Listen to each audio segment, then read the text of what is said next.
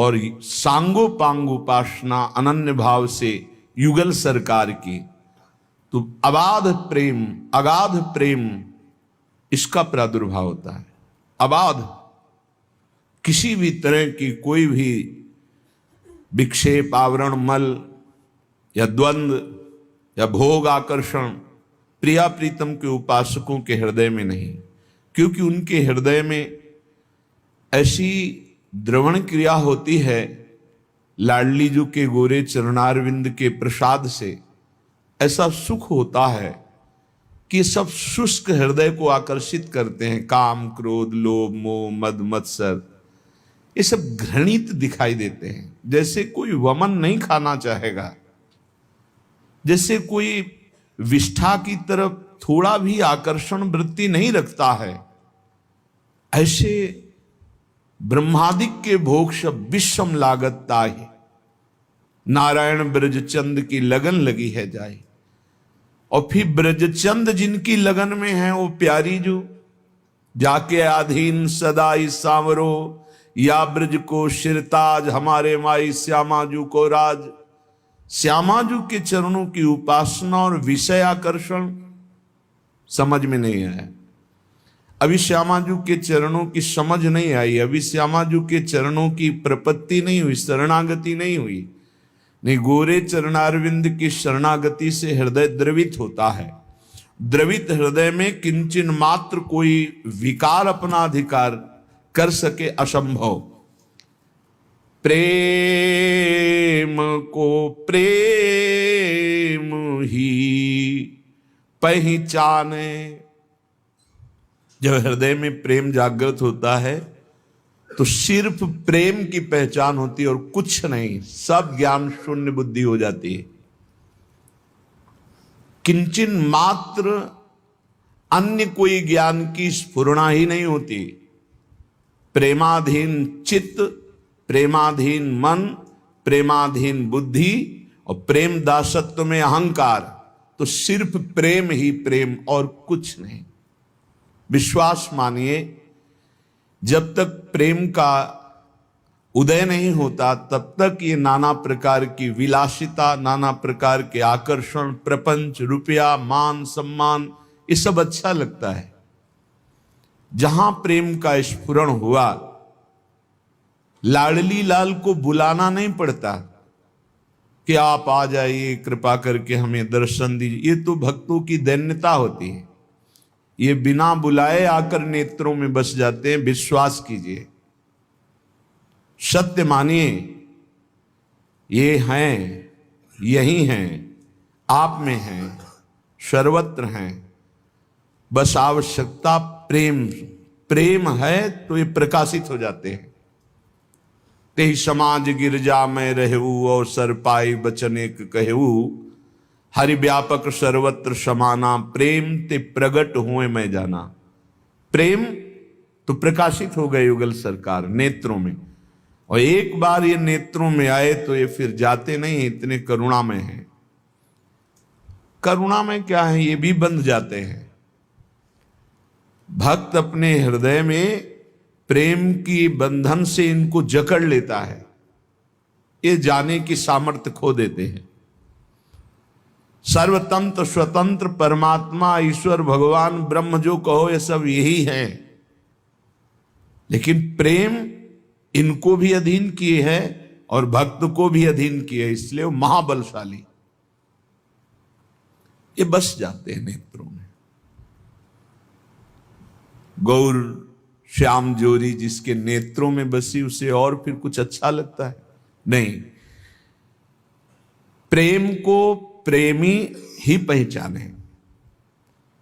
प्रेम केवल प्रेम देखता है, प्रेम सुनता है, प्रेम का ही आहार करता है, प्रेम में ही विलसता है, प्रेम में ही सोता है, प्रेम में ही जगता है। और ये बात केवल प्रेमी ही जान सकता है, दूसरा कोई नहीं जान सकता। प्रेमी साधन धर्मन भटक फिरे बहु, प्रेम रीति नहीं जाने, प्रेमी प्रीति प्रतीति राखिउर, सर्वस्व करी यह माने। अगर कोई रसिक महापुरुषों के चरणों का आश्रय लेकर अपने अभिमान को नहीं मिटाता और वो सोचे कि मैं विविध साधनों के द्वारा, धर्मानुष्ठान के द्वारा श्यामा श्याम का प्रेम प्राप्त कर लें, तो कह रहे हैं असंभव, ऐसा नहीं हो सकता। प्रभु के चरणारविंद का सहज प्रेम, तो गोस्वामी तुलसीदास जी कह रहे, यह गुण साधन ते नहीं होई, तुम्हारी कृपा पाओ कोई कोई। यह गुण साधना से नहीं होता।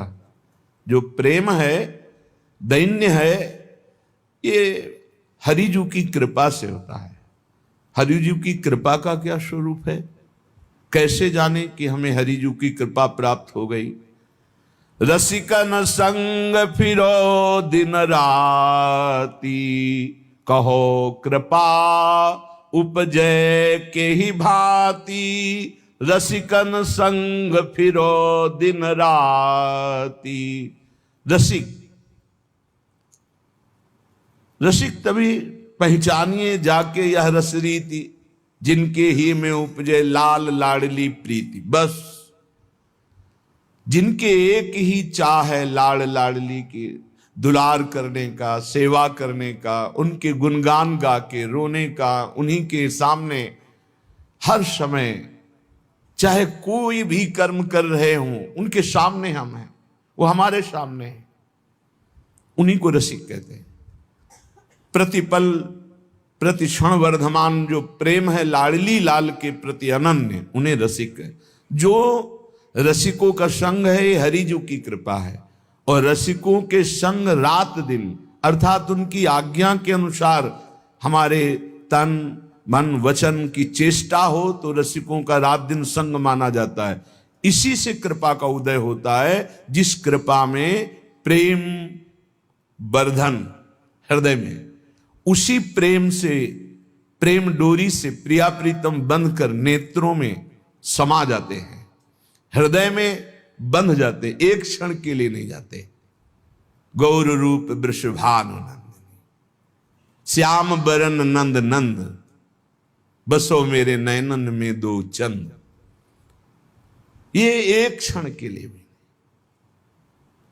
प्रेम रस बंधन क्यों छूटे दृढ़ फंद, ये ऐसा दृढ़ बंधन है कि ना वो छूटते, ना उपासक छोड़ सकता है, ना उपास्य देव छोड़ सकते, ना उपासक, दोनों को बांध के रखता है प्रेम। ऐसा महाबलशाली प्रेम किसी अन्य साधन से नहीं। साधन का अहम रखने से तो मूढ़ता ही नहीं जाती है। अहंकार विमूढ़ात्मा करता हमिति मन्यते, शुद्ध साधन ही नहीं बनता। प्रेम की तो बहुत दूरी बात है। इसलिए जिनको ये रहस्य समझ में आया, वो अहम त्याग करके भगवत प्रेमी महात्माओं के चरणों का सुदृढ़ आश्रय लेकर बस उनकी जो आज्ञा वही, उसमें कोई विचार नहीं, अपना कोई विचार नहीं, अपनी कोई अनुकूलता प्रतिकूलता की बात उसमें नहीं सोचनी।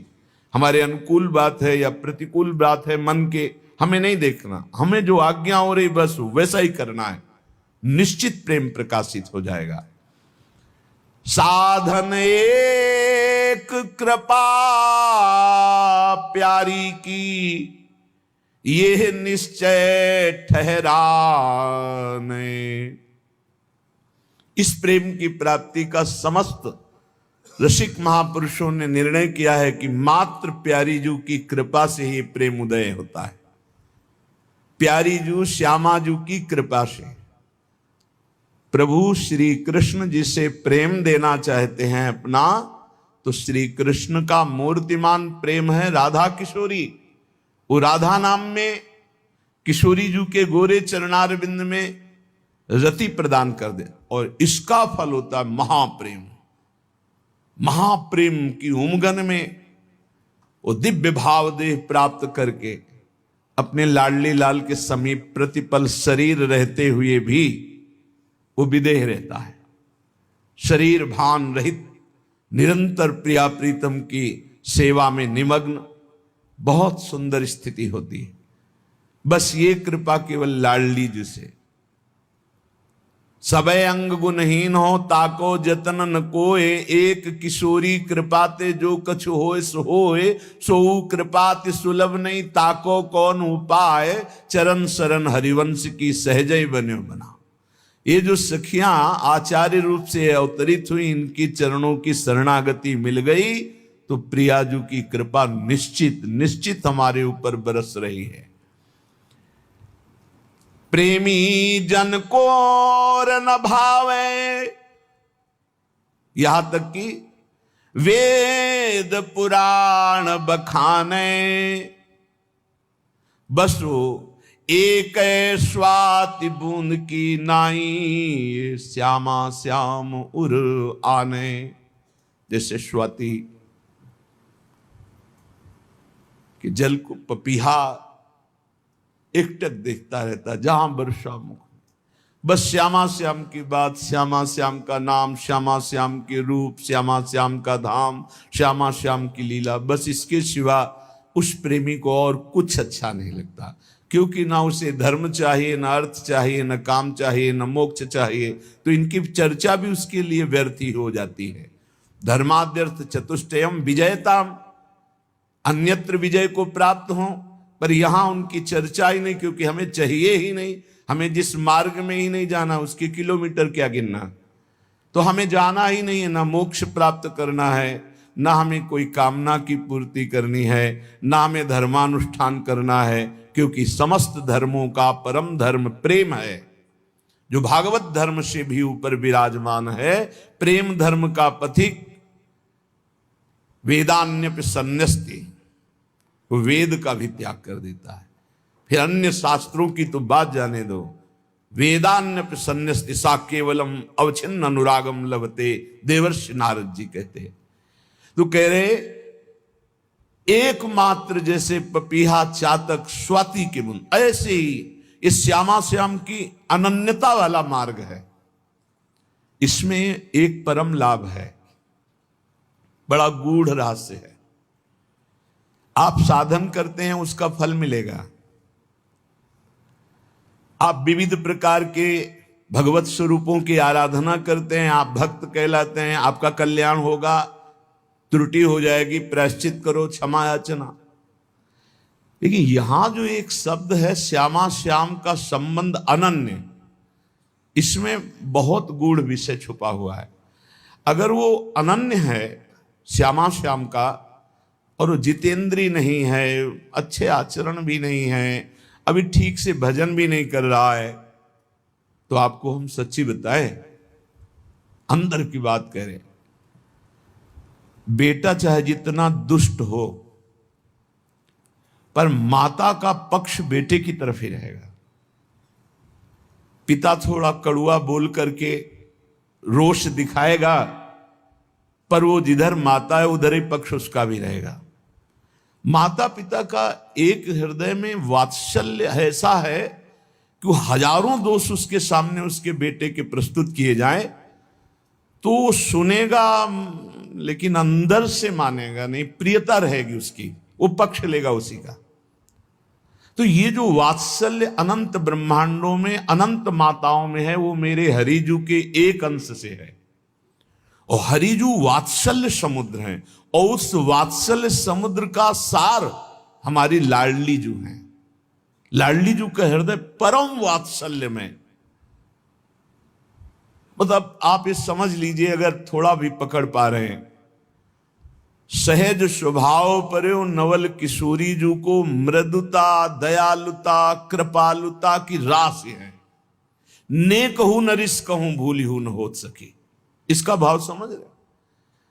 अवगुण करे समुद्र सम और गणत नापनो जान। जब आप अनन्य श्यामा श्याम के हो गए, तो यदि आप अजितेंद्रिय हैं, आप विषयी हैं, आप नहीं निकल पा रहे हैं भोग दलदल से, लेकिन आपके अंदर एक बात बैठ गई कि हे श्यामा श्याम, मैं जैसा हूं आपका हूं, आपके सिवा मेरा कोई नहीं, आपके सिवा निस्तार करने वाला हमारा कोई नहीं, और अन्य किसी से कोई आश्रय नहीं, कोई आशा नहीं, कोई बल नहीं, मात्र श्यामा श्याम का।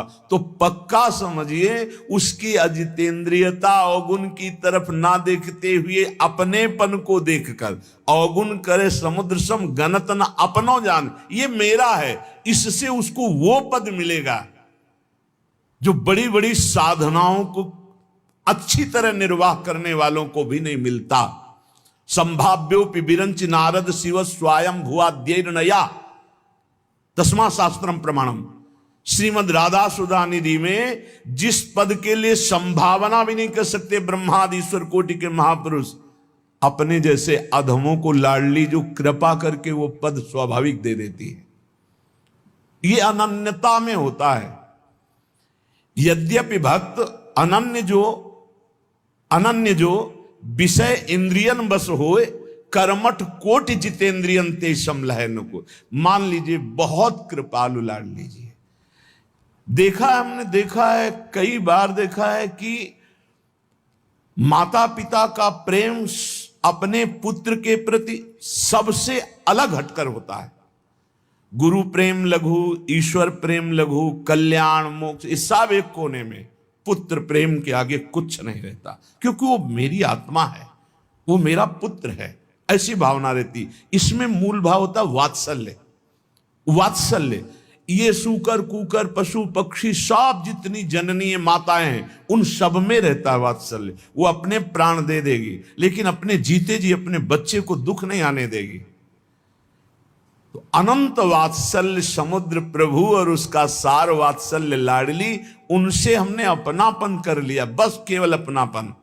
इस अपनेपन से वो पद प्राप्त होगा जो बड़े बड़े संयमी जितेंद्रियों को नहीं प्राप्त। कर्मठ कोट जितेंद्रियन ते समलहन को, करोड़ों जितेंद्री करोड़ों कर्मकांडी उसकी समानता नहीं कर सकते जो श्यामा श्याम का आनंद है। अब यहां गौर से ध्यान देने योग्य बात, जब हम देहाभिमान से युक्त होते हैं तो हमारी मलिन वृत्तियां भोगों की तरफ, और जब हम श्यामा श्याम की अनन्यता में आने लगते, इसी अनन्यता में वो इतनी निर्मल हो जाती है कि एक दिन अजितेंद्री विषयी उपासक को खुद घृणा हो जाएगी भोगों से, और उच्च कोटि की उसको अवस्था प्राप्त हो जाएगी जहां भोग की गंध भी नहीं है, स्मृति भी नहीं है, उपरति, भोगों से उपरति प्राप्त, पक्का पक्का बस विश्वास करके श्यामा श्याम की अनन्यता स्वीकार कर ले। एक स्वाति बूंद की नाई, श्यामा श्याम का श्रवण, श्यामा श्याम का कथन, श्यामा श्याम के नाम रूप लीला धाम। कहो सखी हम तुम सब ही जन, श्यामाजू के हाथ बिकाने, श्रीरंग देवी सुनत श्याम मुख सहचरि ठाने, प्रेम को प्रेम ही पहचाने। सखी हम सब जितने नहीं हो क्या, अगर बिके न हो तो बिक जाना। बिकने का मतलब जानते हो क्या है? जोई प्यारो करे सोई मोहि भावे। ये बिके हुए की स्थिति होती है। प्रश्न नहीं उठता हमारे जीवन में, चाहे सुख आवे या दुख आवे, विपत्ति आवे या संपत्ति आवे, न हर्ष है न शोक, जोई प्यारो करे सोई मोहि भावे। ये बिके हुए किस्ती, जो बिक गया माला माल हो गया। जैसे रूप लाल हित हाथ बिकानी, तो निधि पाई मनमानी, मेरे बलसी वृंदावन रानी।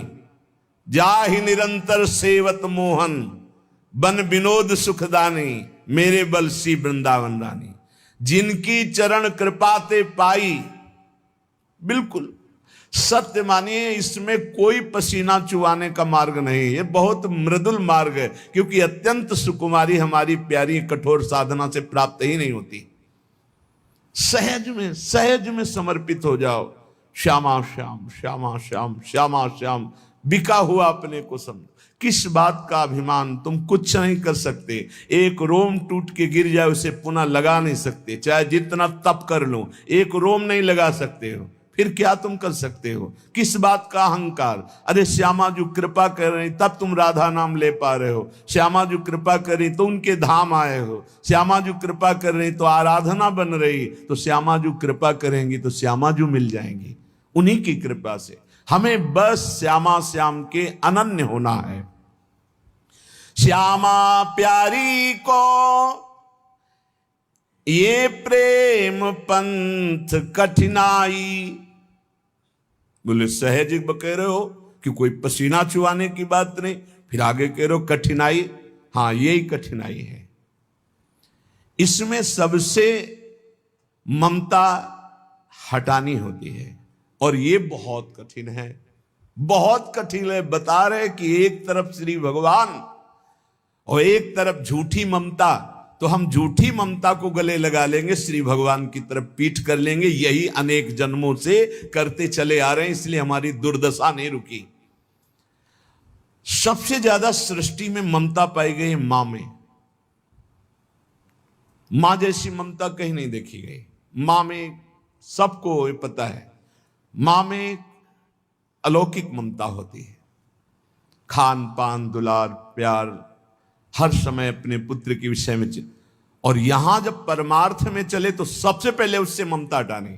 जहां लिखा है तहां लिखा मात तात सुत दार देह में मति अरुजय मति मंदा, हित किशोर को होए चकोर तू लखी वृंदावन चंदा।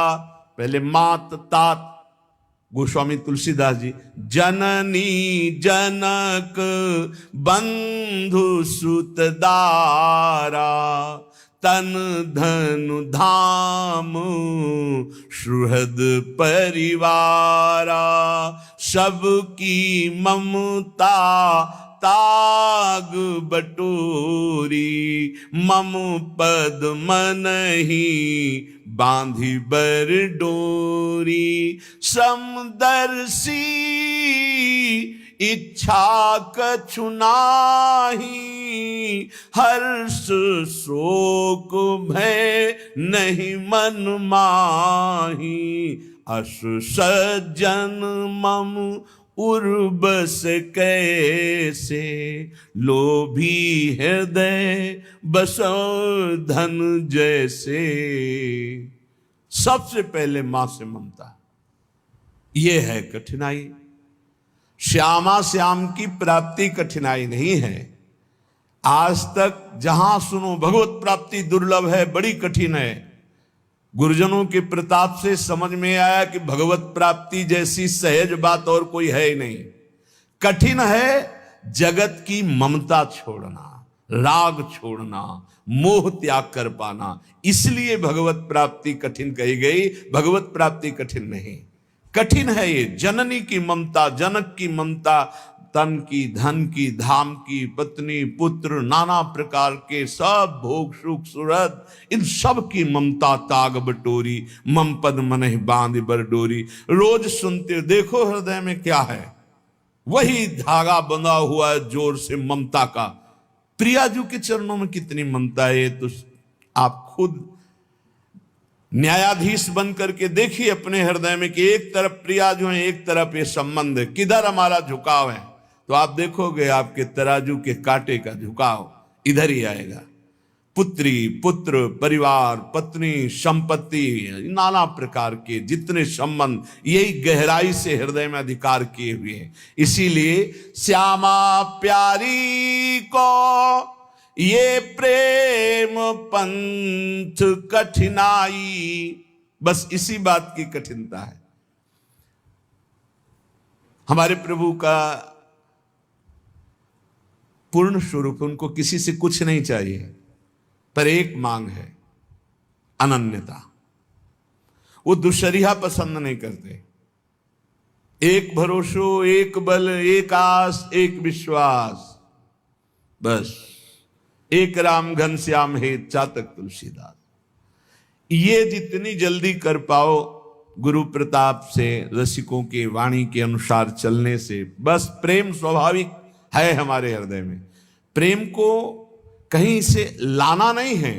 जो प्रेम फैला हुआ है वो जे भी समेटोगे और समेटकर प्रभु की तरफ किया, वो प्रेम हो जाता है। और वही जब शरीरों की तरफ जाता है तो राग, मोह, आसक्ति, ये नाना प्रकार के मलिन शब्दों से उच्चारण किया जाता है। वही है, वही जहां आपने सबकी ममता ताग बटोरी, मम पद मनहि बांध बरडोरी, वही विशुद्ध अनुराग हो गया। और इधर लगा तो राग हो गया, दूषित मोह हो गया, दूषित काम बन गया, नाना प्रकार का बंधन कारक बन गया। और यही उज्जवल निर्मल भास्कर की तरह शुद्ध प्रेम हो गया जब प्रभु की तरफ थोड़ी आसक्ति कर। अगर ऐसा ना होता तो गोस्वामी जी कह रहे, काम ही नारी प्यारी जिम लोभी जिम प्रिय दाम, तिमि रघुनाथ निरंतर प्रिय लागो मोहि राम। कैसे मुझे प्यारे लगो, मेरा आपसे कैसे प्रेम हो, जैसे कामी पुरुष का कामिनी से, लोभी पुरुष का धन से, जैसे उसका आंतरिक चिंतन स्वाभाविक होता रहता है। हे नाथ, ऐसे आपसे प्रीति हो, आपका चिंतन हो। ये प्रेम मार्ग कहने में बहुत सुगम है, लेकिन चलने में बहुत कठिन है। क्योंकि कहीं शरीर राग बाधा पहुंचा देता है, कहीं शरीर संबंधी राग बाधा पहुंचा देता है।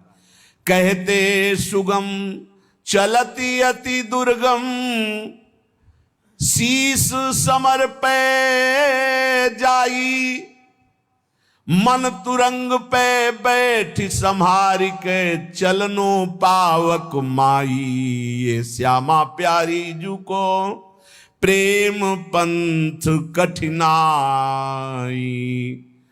कह रहे इसमें वही चल पाता है जिसने शीश समर्पित कर दिया, अपन को हार गया। जीवित मर जाए उलट आप में समाए, यह दिलगिरी है। प्रेम प्राणों की परवाह नहीं करता। जब प्रेम उदय होता है, प्राणों की परवाह नहीं होती। अपने प्रीतम में सर्वस्व समर्पित हो गया तो ममत्व रहा ही नहीं, ना प्राण में रहा, ना देह में रहा। और चाहे अभी नष्ट हो जाए, चाहे 100 वर्ष बना रहे, अपन को हारे, अपना महत्व मिटिया मेट कर दे। ये गुरु कृपा से होता है। बहुत सरल है और बहुत कठिन है। गुरु कृपा से बहुत सरल है। आप लोग इस बात का हृदय में खुद अनुभव करें कि श्री जी की कृपा से कैसे दुर्गम पहाड़ों को लांघते हुए आप निकल रहे हैं। गृह कारज नाना जंजाला, तेति दुर्गम शैल विशाला। बड़े बड़े पहाड़ हैं, काम क्रोध लोभ मोह मद मत्सर परिवार का राग, ऐसे चुटकी बजाते कैसे आप पार कर गए, आपको पता भी नहीं चला।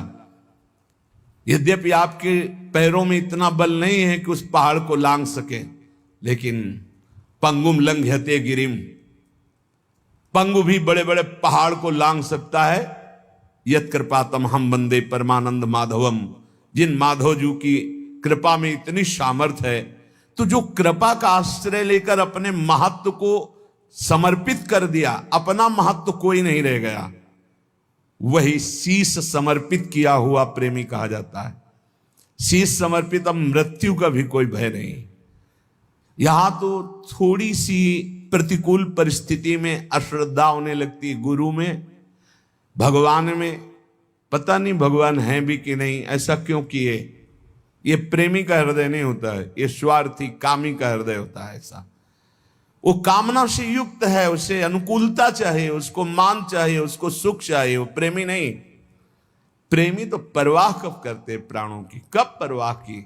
लोकवत में जब राग अधिक मात्रा में बढ़ जाता है, शरीरों का राग, तो अपने प्राणों की परवाह न करके जिसके प्रति राग होता है उसके प्रति प्राण न्यौछावर कर देता है। देख लो, अगर थोड़ा भी राग पुष्ट हो जाए और उसमें बिछुड़न की भावना हो तो दोनों जहर खा के मर गए। ऐसे कितने उदाहरण हैं। राग पुष्ट हो, तुम्हें श्यामा श्याम का प्रेम है और अपनी सुधि है, अपने प्राणों का मोह है, क्या विनोद की बात, क्या मजाक की बात। श्यामा श्याम का प्रेम, लौकिक प्रेम में दो शरीरधारी परस्पर जब कामासक्त होकर राग कर लेते हैं और उनके बिछुड़ने का अवसर आता है तो दोनों अपने प्राणों को न्यौछावर कर देते, बिछुड़ना पसंद नहीं करते।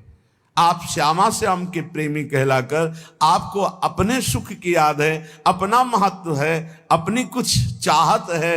अभी प्रेम शब्द का प्रयोग न किया जाए। कह रहे अपने यहां ध्रुवदास जी कहते, चढ़ के मैन तुरंग पे चलिबो पावक माए, प्रेम पंथ अति कठिन है सबको निभत नाय। भाव इसका क्या है? चित्त जब प्रिया प्रीतम की तरफ थोड़ा भी झुकता है तो द्रवित होने लगता है। द्रवित चित्त में बड़ी जल्दी छाप लगती है। अगर कहीं आप असावधान रहे तो जो छाप लगेगी वो दीर्घ काल तक के लिए लग जाएगी, चाहे वो काम की हो, चाहे मोह की हो, चाहे मान की हो, प्रशंसा स्तुति आदि सुनने की, किसी भी तरह की। इसलिए बहुत सावधान। मोम के घोड़े पे चल के आग की ज्वाला से निकलना है ये प्रेम मार्ग। मन तुरंग पे बैठ समहरि के चलनो पावक माई, श्यामा प्यारी जू को प्रेम पंथ कठिनाई। या मार्ग चलते बहु दीखत, कोईक पहुंचत धाई। इस मार्ग में चलते तो बहुत हैं, लेकिन बहुत सुंदर मनोरंजन वाटिकाएं लगा दी गई हैं इस मार्ग में, और आवाहन होता है आप आइए भोगिए, फ्री है, कोई आपको फीस नहीं देनी है, कोई विघ्न नहीं पड़ेगा, आइए आनंद लीजिए। तो 1000 चलने वालों में अधिक मात्रा में तो मनोरंजन में लग जाते हैं। ये मनोहर वाटिका शब्द स्पर्श रूप रस गंध की इनके मनोरंजन में लग जाते हैं। कोई बिरला ऐसा होता है जिसके दिमाग में आता है हनुमान जी की तरह कि राम काज कीन्हे बिनु मोहि कहाँ विश्राम। जब तक श्यामा श्याम नहीं मिल जाते तब तक मैं भुलावे में नहीं फंसूंगा, किसी मनोरंजन में नहीं फंसूंगा, किसी भी भोग की तरफ आकर्षित नहीं होऊंगा। या मार्ग चलते बहु दीखत, कोईक पहुंचत धाई। जो चतुर उपासक होता है जब देखता है यहां रोकने वाले बहुत हैं तो वो चलता नहीं है, वो दौड़ता है, भाग पड़ता है कि कहीं मैं फंस न जाऊं। भागना क्या है? जैसा भोग आकर्षण उतना ही राधा राधा राधा राधा राधा। जैसे अंदर काम आदि की पीड़ा बढ़ रही वैसे ही आहार पर संयम, वैसे ही अपने को एकांत सेवन में, वैसे ही प्रपंच से और विरति और वैराग्य। यह है दौड़ना। और जो शिथिल साधक होता है बहुत समय हो गया, चलो ये खा लेते हैं, ये देख लेते हैं, ये छू लेते हैं, ये सूंघ लेते हैं, ये भोग लेते हैं, मनोरंजन में फंस जाता है। श्री श्यामा श्याम के प्रेम रस की प्राप्ति के लिए इतना तो समझ लो, एक बार चित्त को सब जगह से समेट कर प्रियाजू के चरणों में लगाना ही है। और लगाओगे कहां? कहां लगाने लायक है? सच्ची मानिए ये बुद्धि भ्रष्ट है, इसलिए इसको अच्छा लगता है। कुछ क्या अच्छा लगता है? कोई बात बता दो कि क्या अच्छा लगता है? इतने सुंदर सुंदर पदार्थ खाओ, विष्ठा बन जाता है। इतना सुंदर सुंदर पेय पियो, लघु शंका बन जाता है। और शरीर भोग के लिए जो आकर्षण है तो मलमूत्र के द्वार हैं। क्या है ऐसा, कहां है ऐसा त्रिभुवन में जिसके लिए हम श्यामा श्याम को भूल करके उन भोगों में चले जाएं? विचार करो, खुली बात है, विचार करो आप कौन सा ऐसा सुख है जिसके लिए आप अंदर उत्सुक हो रहे हैं। श्यामा श्याम को त्याग कर उनके नाम रूप लीला धाम की विस्मृति करके भोगों में आकर्षित हो रहे हैं। यह कुसंग का फल होता है। जब हम कुसंग से प्रभावित हो जाते हैं तो हम भूल जाते हैं हम किस मार्ग के पथिक हैं, हमारा लक्ष्य क्या है। इसीलिए कुसंग का सर्वतोभावेन सावधानी पूर्वक त्याग करते रहना चाहिए। कल चर्चा हुई थी, जब साधक किसी कुसंगी अधर्मी का अन्न खा लेता है या उससे मित्रता करके उसका संभाषण आदि स्वीकार करता है या मानसिक चिंतन करने लगता है, ये बड़ा कुसंग है। वृत्ति का कुसंग, व्यक्ति का कुसंग, आहार का कुसंग, दृश्य का कुसंग, ये हमें मार्ग से भ्रष्ट कर देता है। बहुत सावधान। अभक्त संगो देहोत्थो वाचिको मानसस तथा त्रिविधोपि परित्याजो भक्ति कामनाय बुधई। जिसे विशुद्ध प्रेम लक्षणा भक्ति की कामना है, ऐसे बुद्धिमान उपासक को चाहिए कि देहोत्थ शरीर से, वाचिको वाणी से, मानसस तथा मन से भी अभक्त का संग न करे, अभक्त की चर्चा भी ना करे। अरे वो अमुक ऐसा, बिल्कुल नहीं। चर्चा होने लगे कान में अंगुली डाल लो। अभक्त की चर्चा सुनने मात्र से सुकृत नष्ट हो जाते हैं, मन मलिन हो जाता है। पर निंदा के सुने ते किए ते दोनों बराबर हैं। आवत नहीं कछु हाथ, मूर्ख पर्वत पाप को ले चल अपने साथ।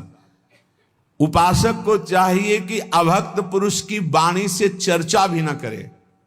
और ये बहुतायत है। जहां चार साधक बैठेंगे तो अपने में गुणाभिमान करके किसी साधक के न्यून आचरणों की चर्चा करने लगेंगे। ये बहुत हानिकारक है। परदोष दर्शन, परदोष वार्ता, ये साधक के साधन को चाट जाती है, उसको पता भी नहीं चलता और वो खाली होकर फिर विषयों का चिंतन करने लगता है। मन से भी उसका चिंतन न करे। अमुक जो है ऐसा ऐसा ऐसा कर रहा है, वो ऐसा उत्तम साधक नहीं, ऐसा क्यों? तो बोले नहीं है इसलिए चिंतन करे। तो तुमने क्रिया देखी, अंदर कारण तत्व तो नहीं देखा कि उसमें हमारा आराध्य देव बैठा हुआ है। ये क्रूरापि पापिनो न च सताम संभाष्य दृश्या से सर्वानुवस्तुतया निरीक्ष परम स्वाराध्य बुद्धिर्मम। मेरे आराध्य देव वहां बैठे हुए हैं। बाहरी क्रियाएं तो हमको बाहरी क्रियाओं से कोई लेना देना नहीं। हम मन से चिंतन न करें, वाणी से चर्चा न करें और शरीर से संग न करें। खान पान तो कीजिए रसिक मंडली माही, जिनके और उपासना तहां उचित ध्रुनाए। फिर वो तो अभक्त है, उसके संग खान पान, हंसी मजाक, बातचीत, बैठना उठना ऐसा बिल्कुल नहीं। ये व्यक्ति और आजकल यंत्र है मोबाइल, इसमें भी जैसे संसार में गुण अवगुण युक्त सब कुछ है। जड़ चेतन गुण दोष में विश्व कीन करतार, संत हंस गुण गाय पे परिहरि वारि विकार। जैसे हंस को पानी और दूध मिला के रख दो, कहते हैं दूध पी लेता है, पानी छोड़ देता है। ऐसे ही संत जो परम हंस हैं वो जगत में भागवतिक गुणों को केवल देखते हैं, मायाकृत इन दोषों का त्याग कर देते हैं। ऐसे ही आपके पास, आप किसी से मिलते नहीं पर आपके पास मोबाइल है और आप उसमें से जो भक्ति विरोधी बातें हैं वो देखते हैं, सुनते हैं, उनका मनन करते हैं, तो आपका कुसंग हो रहा है। आप अपनी भक्ति को खो देंगे। बहुत सावधान। कायिका काय संबंधाद, शरीर के संबंधी कोई भी हो, अगर वो भगवत विमुख हैं, भगवत विमुख उपदेश करते हैं, भगवत विमुख चेष्टा करते हैं, हमें बिल्कुल उस संबंध को नहीं मानना है, क्योंकि हमें इस जन्म में श्यामा श्याम की प्राप्ति करनी है।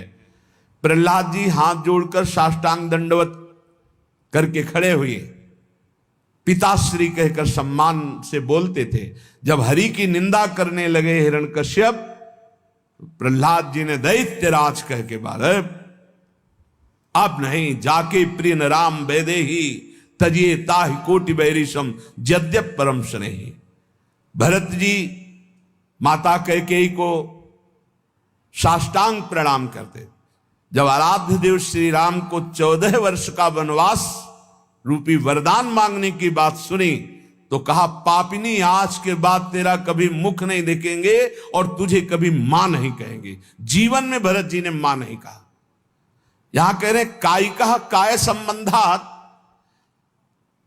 कायिक अभक्त संग, वो चाहे रिश्ते नाते में कितना भी पूज्य हो, यदि वो हमारे भगवान की निंदा करता है, भगवत मार्ग की निंदा करता है, भगवत विमुख है, तो हम आवश्यकता पड़ी तो उसकी सेवा कर देंगे। यदि हम पुत्र हैं या अमुक संबंध है, वो दुख में है, तो हम सेवा कर देंगे, पर हम उसका संग नहीं करेंगे, उसकी आज्ञा नहीं पालन करेंगे, उसकी बात नहीं सुनेंगे। वचसा भाषणात्मक, वाणी से हम ऐसे अपवित्र आचरण करने वालों की चर्चा ना करें। अन्नादि नाम मानसस्तु, भोजन दिया हुआ ऐसे अभक्त का कभी ना पाए। जो भगवान की अवहेलना करता है, भले वो हमारा रिश्तेदार है, अगर हमें जाना पड़ा तो हम ये बोल देंगे कि आज हमारे उदर में दर्द है, हम यहां प्रसाद नहीं पा पाएंगे, औषधि ले रहे हैं। इसमें कोई मिथ्या नहीं।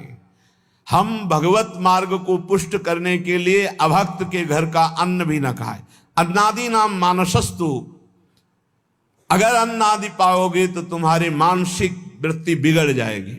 बिल्कुल ये पूरा अनुभव की बात है। एक दिन माधुकरी रोटी पा करके फिर उसका भजन, एक दिन भंडारे का अन्न पा करके फिर उसका परिणाम देखो।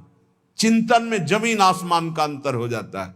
प्रिया प्रीतम के मिलन की चाह, भजन की गाढ़ वृत्ति सब पता नहीं कहां खो जाती है, बस उद्दंडता सुहाती है। अन्न का बहुत बड़ा प्रभाव। भूखे रह जाना अच्छा है, लेकिन बिना परिचय के ऐसा नहीं कि भूख लगी जहां जो मिला हम खा लिए, नहीं, जानबूझ करके खूब समझ करके ये भोग लगाने योग्य श्री जी के है कि नहीं है, भोग लगा है कि नहीं है, ये जिसका हम अन्न ले रहे हैं ये वैष्णव है कि नहीं, भजन करता है कि नहीं, भक्ति रंग से रंगा है कि नहीं, भगवत विरोधी तो नहीं है। जहां तहां अन्न खात सखी कहत, आप गात सकल देव से द्वंद जात, रात सर्व सो वहीं। सेवक जी महाराज कह रहे हैं जहां मन आया वहां भोजन कर लिया, अपने को कह रहे सखी, अपने को सहचरी कर रहे, दिन भर प्रपंच में बीतता, रात सोने में, अपने को कह रहे मैं रसिक उपासक हूं। बहुत डांट लगाई है। जहां तहां अन्न खात सखी कहत, आप गात सकल देव से द्वंद जात, रात सर्व सो वहीं। इसलिए अभक्त का शारीरिक मानसिक वाचिक त्याग करके भक्तों का संग करे। भक्तों की पहचान कैसे हम जाने कि इनका संग करना चाहिए? तो बोले अप्रेक्ष क्लम आत्मनो विदधति प्रीत्या परेशाम प्रियम लज्जन्ते दुरितोद्गमा दिव निज स्तोत्रानुबंधादपि विद्या वित्त कुलादभिश्च यदमि यान्ति क्रमान्नमृतां रम्या कापि शतां यं विजयते नैसर्ग की प्रक्रिया। संत जन किसे कहते हैं? बोले जो निरंतर अपनी चित्त वृत्ति को प्रभु में लगाए होते हैं। संत की सबसे पहली पहचान अव्यावृत भजनात्, अखंड भजन, श्रम रहित, कोई मेहनत नहीं करनी पड़ रही, उसका स्वभाव है, उनका स्वभाव है भगवत चिंतन करना। याजु पर्यो में सहज स्वभाव, श्री हरिवंश नाम रस जाओ, ये स्वभाव पड़ गया है, स्वाद मिल गया है नाम का, स्मरण का। संत की सबसे बड़ी पहचान है हर समय वो निरंतर अविरत तैल धारावत अपने इष्ट के चिंतन में। मुखाकृति देखते ही पता चल जाता है बहिर्मुख है या अंतर्मुख है, ये श्री जी के चिंतन में या संसार के चिंतन में। ये तो बहुत छोटे छोटे साधकों को पता चल जाता है जो ठीक से साधना करते हैं। दूसरा, संत की पहचान दूसरे के क्लेश को देखकर तत्काल द्रवित हो जाना और उसकी दुख निवृत्ति के लिए तत्पर हो जाना। पर दुख द्रवई सुसंत पुनीता, दूसरे के दुख निवृत्ति के लिए तत्पर हो। हे भगवान, कैसे मैं इसका दुख दूर करूं, क्या करूं? अब उसके पास कोई उपाय नहीं तो सीधे भगवान से प्रार्थना, हे नाथ इसके दुख को दूर करो, प्रभु आप कृपा करो, मुझे प्रेरणा करो, मैं कैसे इसके दुख को दूर करूं, कैसे सुखी हो पावे। ये संत सरल चित जगत हित जान स्वभाव सनेह, उनका स्वभाव ही होता है जगत हित, दूसरे का प्रिय कार्य करने में बिल्कुल लज्जा ना आना, चाहे वो शौच धोना पड़े, चाहे वो कुछ भी कार्य हो, लज्जा संकोच छोड़ करके अपनी परवाह न करके दूसरे के दुख की निवृत्ति के लिए पूरा प्राण अर्पित करके तत्पर हो जाना, ये संतों का स्वभाव होता है। पहला अखंड स्मृति, दूसरा परहित परोपकार। किसी भी जीव को किसी भी तरह का दुख उसके द्वारा पहुंच ही नहीं सकता। संत का वचन, संत की चेष्टा, संत का संकल्प मंगलकारी होता है।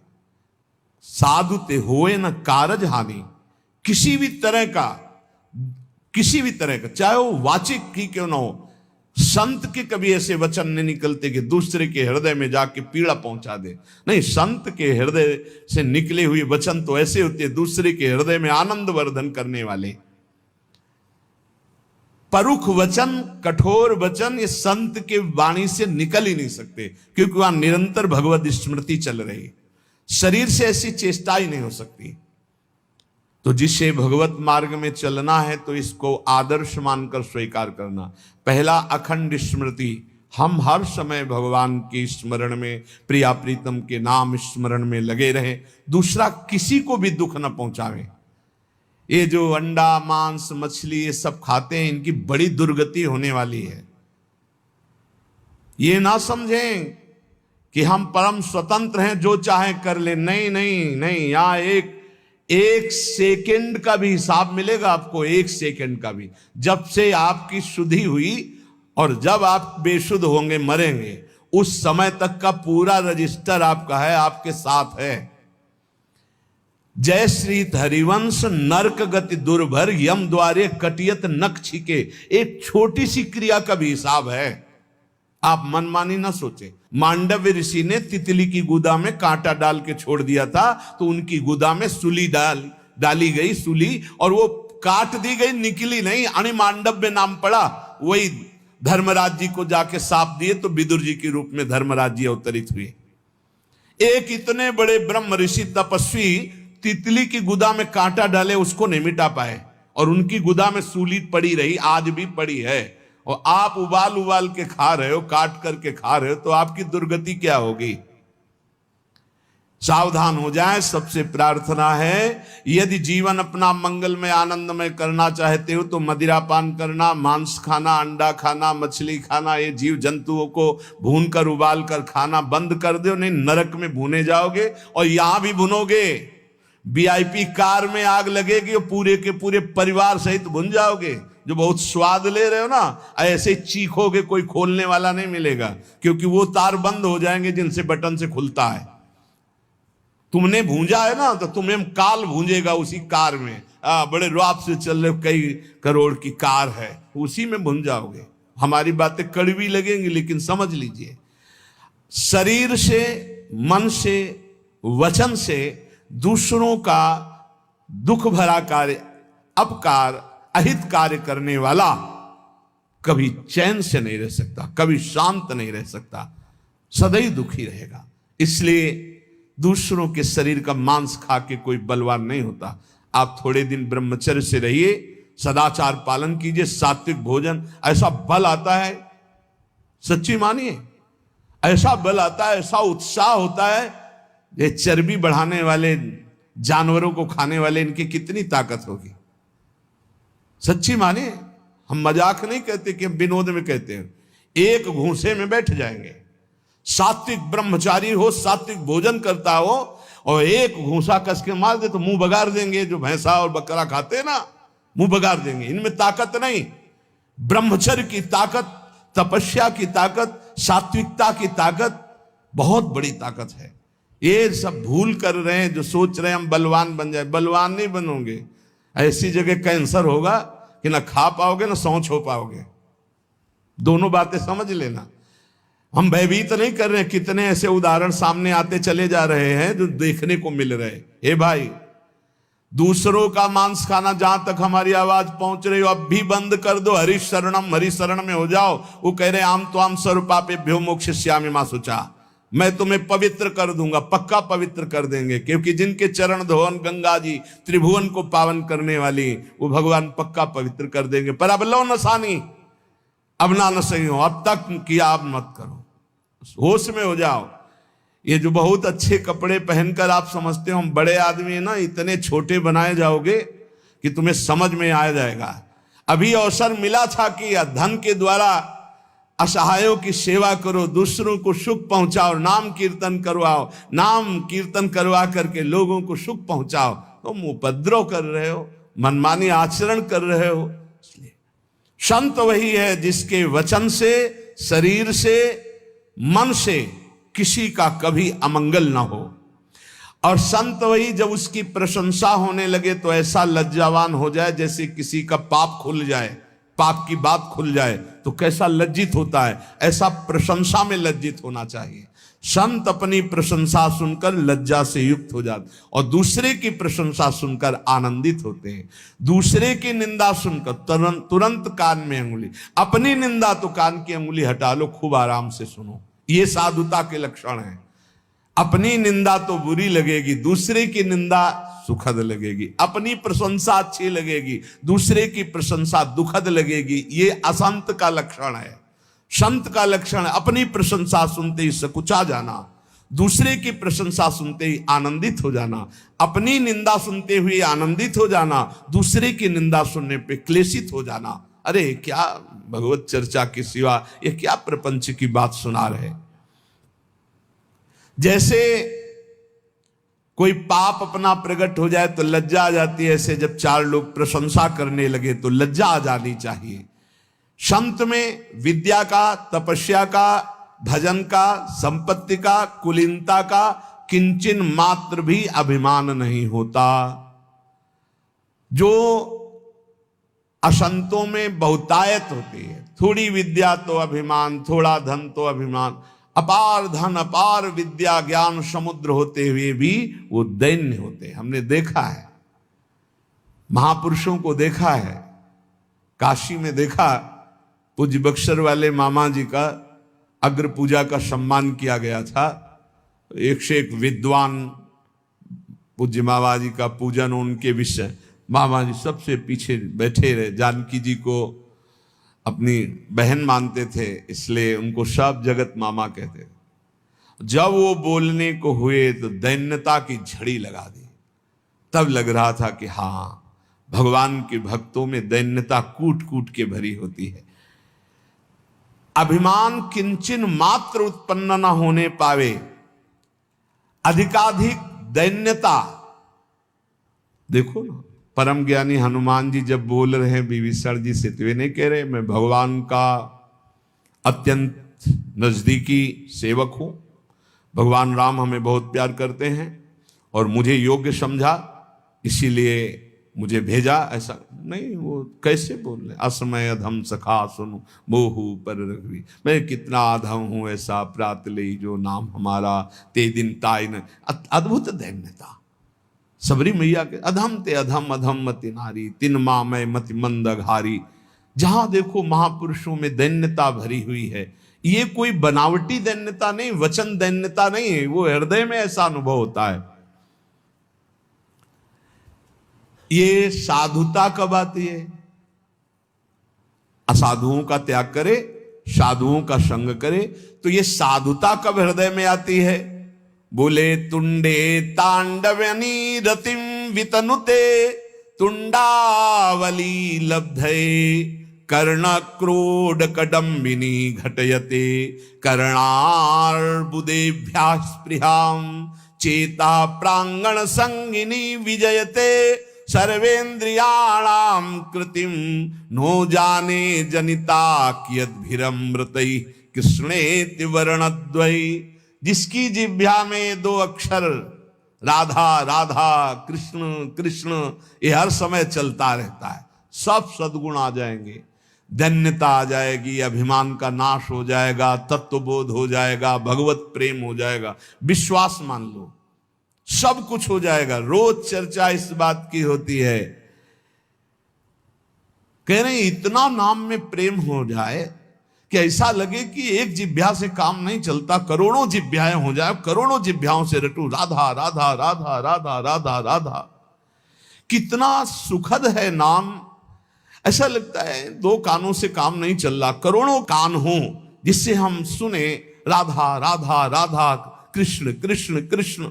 ऐसी मेरी लालसा, जिसकी ऐसी लालसा है वो कभी नाम छोड़ नहीं सकता। और जो निरंतर नाम सुधा का रसास्वादन करता है, उसकी इंद्रियां अंतर्मुख हो जाती है। निज सुख बिन मन होई की थीरा, यही निज सुख है।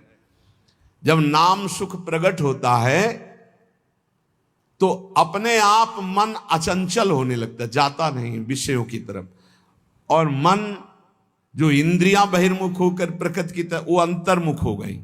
चेता प्रांगण संगिनी विजयते सर्वेंद्रियाणाम कृतिम। जब चित्त अर्थात मन